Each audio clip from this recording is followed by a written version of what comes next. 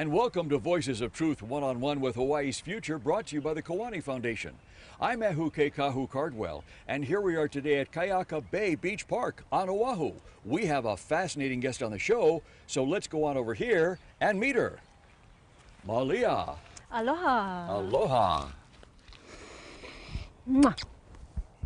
How are you? Oh, mai ka'ino. I'm very well, thank you. Good. Malia Evans, did I say your name right? Yes. Tell us where we are today. We are in the moku of Waialua, in the ahupua'a of Pa'ala'a, at a place called Kaiaka Bay Beach Park.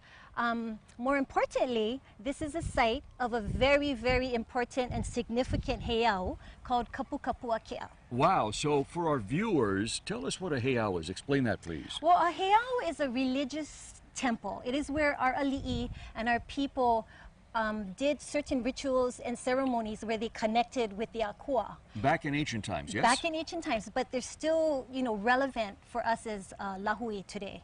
Okay, great. So it still has a lot of present-day relevance for Hawaiians and the Hawaiian culture. Absolutely. If you think about the word heiau, hei is to like entrap or entangle. Always like a time frame or a time period. So this is a place wherever there's heiau, where there's that beautiful relationship and connection to our kupuna, to our ancestors, to the people who came before us and the people who will come after us. Wow. So it's really a place for us as people to connect with our culture and connect with our identity. And with each other, huh? And with each other, whether they're absolutely. ancestors or present-day people or Yes. those to come. Yes, those are the cords that bind all of us, as a Hawaiian people. Malia, as we're standing here talking, I can't help but notice what's behind you. That's an amazing thing. In Hawaiian, they call that a pohaku, a stone, right? Absolutely. So tell us what that is. Why is that big thing sitting here? Well, it's part of the natural landscape. It's a natural geographic formation, and it's made out of limestone. So underlying the earth here, it's the same type of material, this limestone. And it's part of the heiau, Kapukapuakea. This is called Pohakulanai, and there's a lot of mo'olelo or stories associated with this specific pohaku. One of the stories is that it floated here from Kahiki. So Kahiki being our homeland, or Tahiti, it has that connection to Kapukapuakea. So wait a minute, it floated all the way from Tahiti to Hawaii? That's one of the mo'olelo. Wow, that's Yes. thousands of miles. It is. And you have to love that there's all these multiple stories about a specific place, because it tells you how important these places were to our kupuna and are to us now, who are living in contemporary times. Can we walk over and touch that? Absolutely. We Wow. often bring ho'okupu, we'll bring gifts. The stewards of this place is the Waialua Hawaiian Civic Club and Nale Nani o Waialua, which are two nonprofit organizations in Waialua. So we come here often and bring ho'okupu and acknowledge the sacredness of this landscape. Wow. Wow. It's interesting to me, Malia, that this is and was a heiau, and yet we're in Beach Park. Yes. And I've never seen a heiau before in a beach park. That's kind of unusual, yeah? Well, it's not unusual because this heiau, the function of it is a voyaging heiau. Oh, really? If you look at Tahiti in Raiatea, there is a very, very, very important heiau there, which is called a marae, called Taputapuatea. And that is where our homeland was. If you think about our coming to Hawaii, that is considered our homeland. So there is a heiau there, a marae, they call it in Tahiti, called Taputapuatea.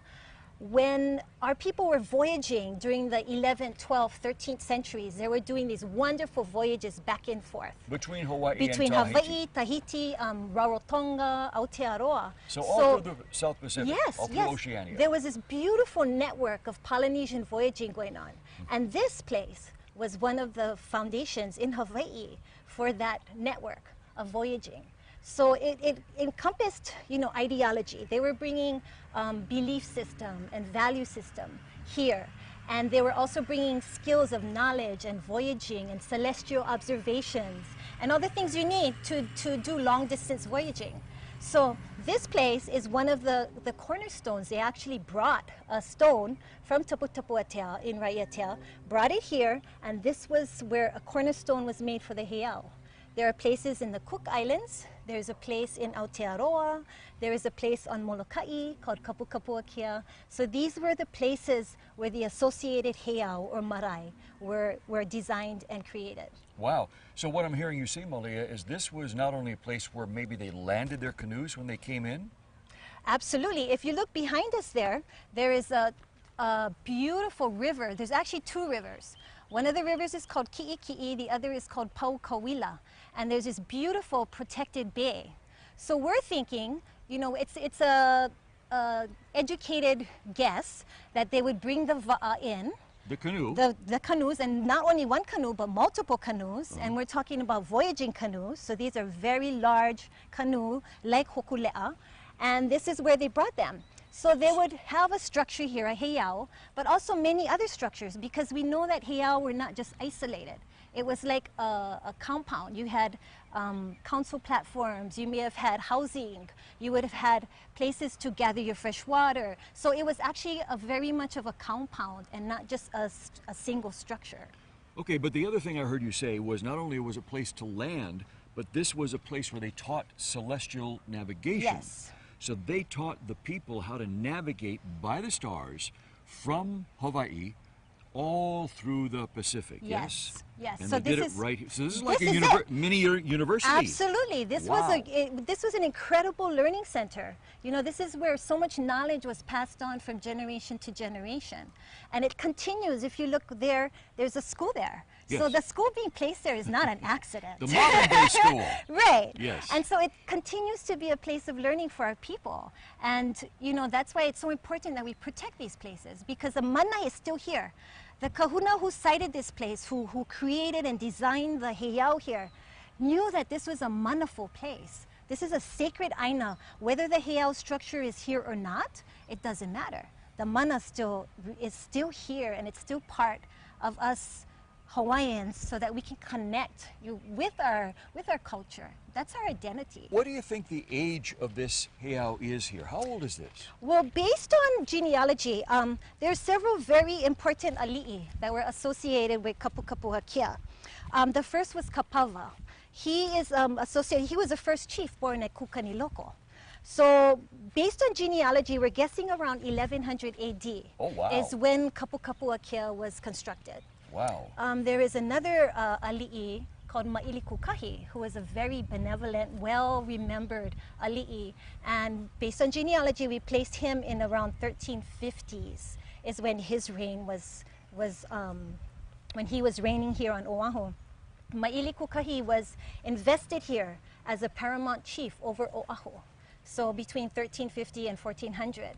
So this place not only was important to voyaging and celestial observations, but it was a place of investiture for our ali'i.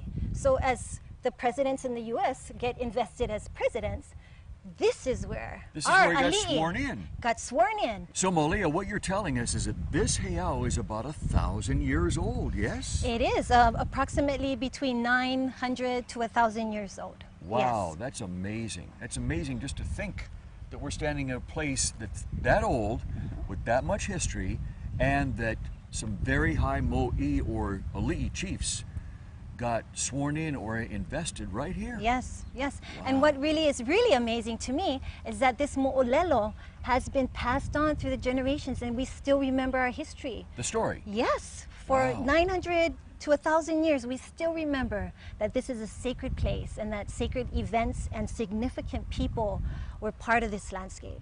Besides looking at the bay, there's some very, very large pohaku or stones laying over here, yeah? Yes. As a matter of fact, there's two pohaku that have some significance to Kapukapuakia. One of the kupuna has a genealogical link to this aina and lives here told us that one of the pohaku could have been a stargazing platform. And she indicated that these bowl-shaped pohaku were filled with water, and that you could gaze at the stars. They would be reflected In the reflection. in the pool of water. Wow. And so that's what one of these pohaku is here. Wow. The other pohaku, by the same kupuna, told us that it was a piko stone. So they're here on this side. So they carved this out, or was this already this way when they You know, found it? I would say it was a natural formation Yeah. because you really can't see any type of marks on it So I believe it's a natural. And so what would they have used this pohaku for? So according to the kupuna that we talked to, she says that this would have been laying flat, filled with water. Okay. And by looking at the reflection of the stars here, then this is how they did some celestial observations. So this one would have been more like it would have been flatter, Yeah. so that the water, Looking the up. pool would have been a nice Wow. pool. The other pohaku, the kupuna mentioned that it was a pico stone. This one right here. So you can see that on this side there's a lot of little holes. Yes. And she mentioned that this is where pico would have been placed. After the babies are born, sometimes families would place pico in certain pohaku, and she said this was one of them. And tell us what pico is that they would place. Pico is your the umbilical stump. After a baby is born, usually the doctors will cut the umbilical cord and there's a little stump. So after about a week and a half, 2 weeks, the stump will fall out. And for Hawaiians, it's really important that nobody gets that. There's a saying that if rats get to the pico, then your child will have the characteristics of a rat. So I know a lot of Hawaiian families who either hide them or put them in a safe place. My mother kept all of the pico of her children. She kept them in her jewelry box. Wow. She didn't place them on the aina. So, you know, every family has a different tradition. And I did that myself with my 5 children, was to keep their pico until they disintegrated. Keep them safe. Yeah, I kept them safe. Okay, but by putting them in here, they kept them safe from... So I'm not Predator. sure what exactly the idea is behind putting in a pohaku, but I'm sure they had a good reason, and there was some kind of customary practice associated with that. Wow, that's amazing. And also I noticed, Malia, that once again, on this side of the stone, there's desecration. Yes. Somebody carved some stuff in here. Yes, people are so disrespectful. Wow. How can we get that to stop? You know, that's a big problem we have with our wahipana, which is our sacred places, our places that have our connection to. We've got people who are ignorant. Unfortunately, our state government puts a very low priority on historic preservation. So it ends up that individuals and groups and families take on the kuleana to protect these places. And sometimes there's no financial help. You know, you're using your own money, taking it from your own pocket, and you don't get any kind of support from the State Historic Preservation Division or from the state. It's a very low priority for them. It's a shame. It is a shame, and we're hoping that, you know, with what's going on with Mauna Kea and with the different sites that we are trying to protect, that our voices will start to be heard, and that our malama, our stewardship of our places, is highly important to us as a lahui. This is the bay right here where the large canoes, sea-going canoe, the Yes. ba'a, came in. We're thinking that's, you know, we cannot go back 900 years, but based on the research and the mo'olelo and the oral traditions, we believe that they came here. Yeah, wow. Yes. Wow. And there's another really cool thing about this area, What's is that these were very famous salt pans. So along here, Kaiaka was known for the excellence of the salt pans. So the salt water would go into the pohaku, dry out, and the pa'akai salt was used for the people to dry their fish and for seasoning and things like that. So another really important characteristic of this aina is that it provided that type of, you know, subsistence Wow. to our people. So the stones actually captured the salt from the seawater. Yes. And they were able to use it when it dried out for seasoning of food, for preserving food, Yes. and also for medicinal purposes. Wow. Absolutely, and so they run all along the coastline. Are this type of papa? Yeah, this kind of rock. Malia, if this was a big heiau, and obviously you can't help but realize how the huge size of it, does that mean that there were a lot of people living around this area in ancient times? Absolutely, wherever you have heiau, especially heiau of this magnitude, like national heiau, yeah, you would know that there was a mo'i, a chief, involved, because in order to build something substantial, you need to have manpower. And you need to have political power. The landscape is very rich. Our soils are so excellent for growing. This was a productive area. We have very many water sources, springs, freshwater streams. So we had a lot of lo'ikalo, and our population was very high. At one time, this was considered the social and political center of Oahu. So Maili Kukahi, who is from this area, born at Kukaniloko, just like Kapava, was a Waialua chief. And so this part of the island has seen some incredible history associated with Ali'i and with the population. You know, we had a really, really large population here. You have salt water here, you have fresh water here, you have fish here, you had lo'ikalo, you had taro growing. So it was like the people that lived here had their supermarket all around them. They absolutely did. And they knew how to gather and hunt and fish, and what they needed was right here in their ahupua'a. And it's amazing what you call this a national heiau. A national heiau, yes. There's all different sizes of heiau, Yes, aren't there? yes. And so some are very, very small, and then some are medium sized, and then some like this are huge, Yes. which means this one was a very big deal. It was a huge deal. It was a national meaning on the island of Oahu, but also international because of its connections with Tahiti and Right. the other islands. So it had this multiple levels that Wow. are really incredible if you think about it. You know, Yeah. you think about United Nations. This was Polynesian United Nations right here. And it was going on this wonderful two-way voyaging, sharing products, materials, ideology, religious beliefs, you know, cultural values. This is what was going on back in the day. Before Europeans even set foot off the European coast, our people were traveling around the Pacific Ocean. Thousands and thousands Yes, of miles. absolutely. Right, right. Without a computer, without a MapQuest, without GPS, without any of that stuff, and they had it nailed, didn't they? Yes, they did. One of the things that really I'm stuck with is the desecration here, the lack of respect. And I'm gonna guess that if people are desecrating this heiau, there's probably desecration going on at other heiau throughout Hawaii too, yes? There is. We recently had a desecration case over near Waimea with our fishing heiau, which is also called a ko'a, called Ke'ahu o Hapu'u. Now this ko'a is exceptional because it's the largest fishing heiau in Hawaii. Wait a minute, the largest one in all of Hawaii? Yes, yes, it's Wow. really an exceptional, beautiful structure. And the adjacent landowner who purchased the parcel, and I have a real big issue about land ownership, and I don't think that foreigners can own heiau. I really don't.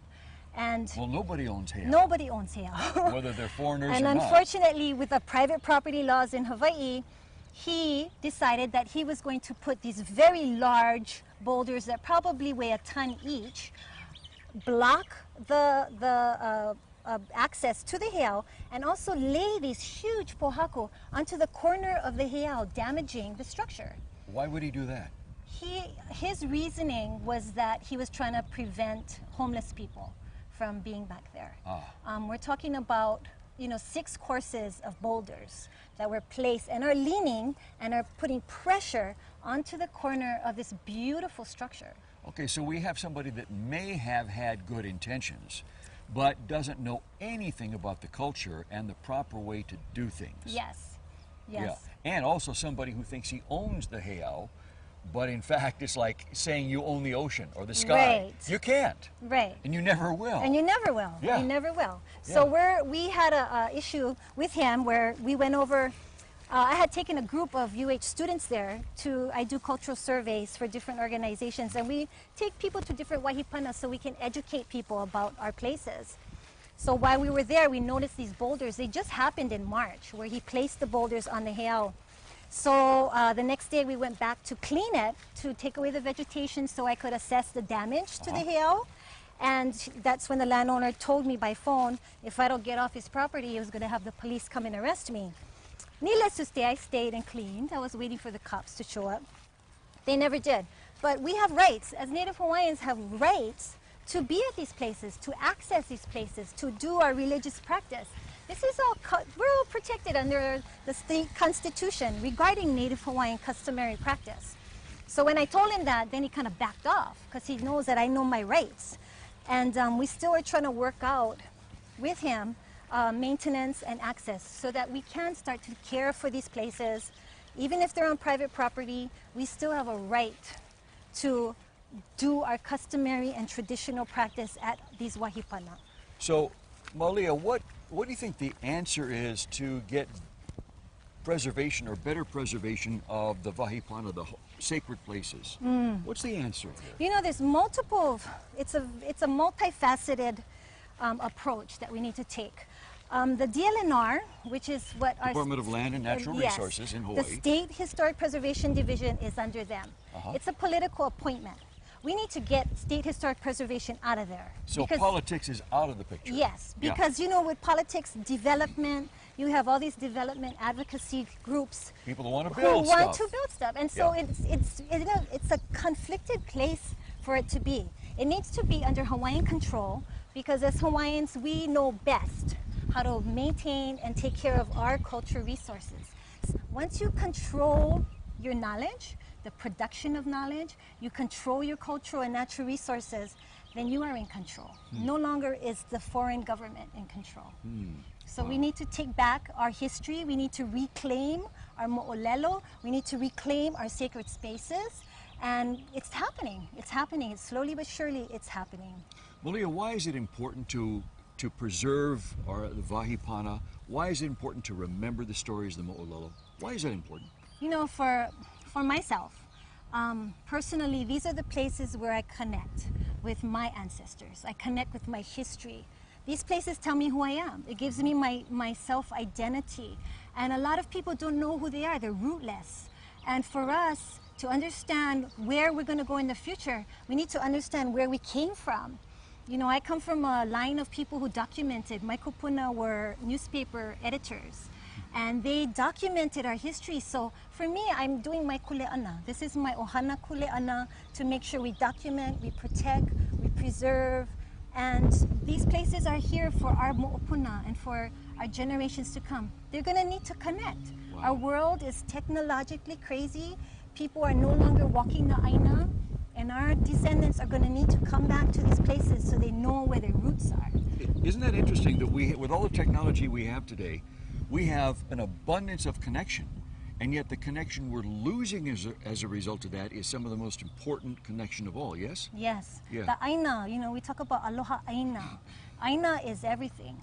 The This land. is the land is everything to us as a people. It gives us our spiritual sustenance. It connects us to who we were, who we are. You know, it connects us. This is called relationship, yeah? You cannot get through life without relationships. And the aina provides that foundation for our relationships, either up with akua and sideways with our family and friends. Wow. All right, Malia, you know, Voices of Truth One-on-One with Hawaii's Future airs throughout Hawaii, but it also airs around the world in many different places. And I'll bet you somebody is watching us right now saying, okay, well, that's good for her because she's Hawaiian and she needs to connect with these places. But the viewer probably also is saying, I'm not Hawaiian at all, so why would these places in Hawaii be important for me? Why would it be important that I want them preserved too? Well, you know, if you're living in Hawaii, you need to respect the culture, you know, we call it host culture, yeah? This is a place that holds a lot of significance and sacredness to the people here. So for anybody who comes to Hawaii, having that attitude of respect and going in there, understanding that maybe they don't think like I do, but it's valued. The way they think is just as valuable as the way we think. You know, we live in a global community. If we don't start respecting other people and start looking at their culture through their lens, instead of this very Eurocentric way of looking at things, this is what's getting everyone in trouble. Because there's none of that understanding that other people may not believe the same way you believe. They may have different value systems, but that doesn't mean it's wrong. Wow. Have you ever had somebody with no Hawaiian blood come to this heiau and find a connection? Absolutely. Look at that bus tour right there of Japanese tourists. They know, you know, Japanese tourists know about pohaku. Really? They know about How pohaku. do they know? Because they have a wonderful connection with their pohaku in their culture. In Japan? So Japanese are one of the best tourists because they're so respectful. You know, talking about respect here always. And they're so respectful to our places. They go to kuka ni loko and they have a great reverence and connection to pohaku. You know, these places have our history embedded in them. Pohaku embed our history, and when we come here and touch them and be with them, we can remember who we were and where we're going and really make that wonderful connection to our past. Wow, I really like what you just said, that the history is embedded in the stone, in the Yes. pohaku. And once it's embedded, it stays there forever. It's It does. preserved. Yes, So this is like a library book in a way, absolutely. or it's like a documentary. It has everything in it. It does. And all you have to do is come and connect with it. Yes. Wow, that's amazing. Well, you know what, Malia, that's where we have to leave it. Mahalo for being on Voices of Truth, one-on-one with Hawaii's Future. This is an amazing place. Thank you for bringing us here today. Well, thank you for coming and learning about it. Yep, and I hope people pay attention to this, and I hope they stop desecrating the Vahipana, the sacred places of Hawaii. So do I. And Yep. we're working hard, and other hui are working really hard to make sure that doesn't happen. Wonderful. Keep doing what you're doing. Don't stop. Keep documenting these places, and please help keep preserving them for not only Hawaiians, but for all of us. Yes. Because they're amazing for everybody, They too. are. Yep. Thank you. Yep. And mahalo to our viewers for joining us on this special visit here with Malia at this heiau in this amazing place. Now, remember, you can watch us on the web 24/7 on voicesoftruth.tv.com, and you can also like Voices of Truth One-on-One with Hawaii's Future on Facebook. I'm Ehu Keikahu Cardwell, and until next time, ahui ho!